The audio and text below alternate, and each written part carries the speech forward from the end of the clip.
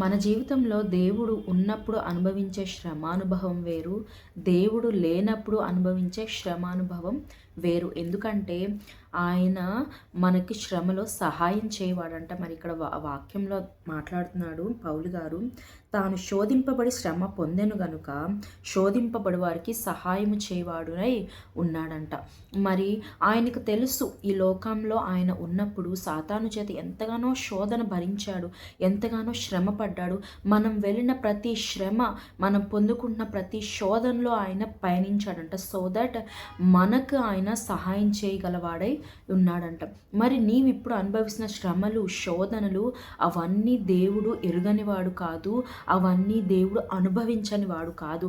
మరి ఎవరైనా ఒక డాక్టర్ దగ్గరికి వెళ్ళాలంటే ఏం చూస్తారండి?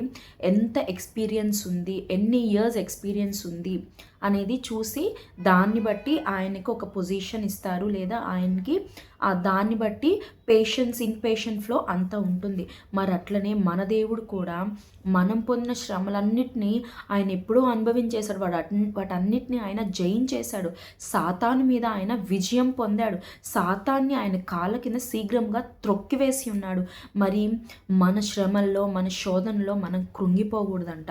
ఆయన మనల్ని ఒక పరీక్ష ద్వారా నడిపిస్తున్నప్పుడు, ఆ శోధనలో మనం వెళ్తున్నప్పుడు మనం కృంగిపోకూడదు. ఇంకా నా అంతం ఇదే, నా నశింపు ఇదే అని చెప్పేసి నువ్వు కృంగిపోకూడదు. కానీ నేను వెళ్తున్న బాధ దేవుడు కూడా, నా యేసుక్రీస్తు కూడా అనుభవించాడు కనుక నేను ఆయన దగ్గరికి సహాయానికి నేను పరిగెడతాను, ఆయన నేను ఆశ్రయిస్తాను.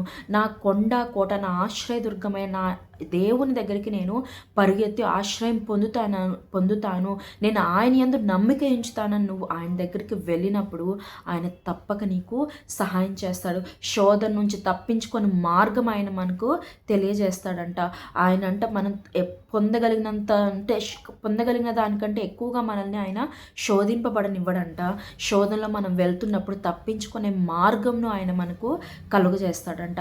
మరి దేవుని దగ్గర అడుగుదామా, దేవా ఈ శ్రమలో నేను, ఈ పరీక్షలో నేను ఓడిపోతున్నానేమో ప్రభా, నన్ను లేపయ్యా ప్రభా, నీ ఆత్మ కుమ్మరించు, నువ్వు నా తోడున్నావని చెప్పాయా, జలముల్లో పడి దాటునప్పుడు నేను నీకు తోడై ఉంటానని వాగ్దానం చేశావు కదా ప్రభా.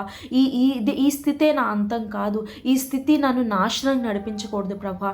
నేను సాతాను మీద నేను జయం పొందాలి, నన్ను నడిపించు, నన్ను లేవనెత్తు, నాకు తోడుగా ఉండు.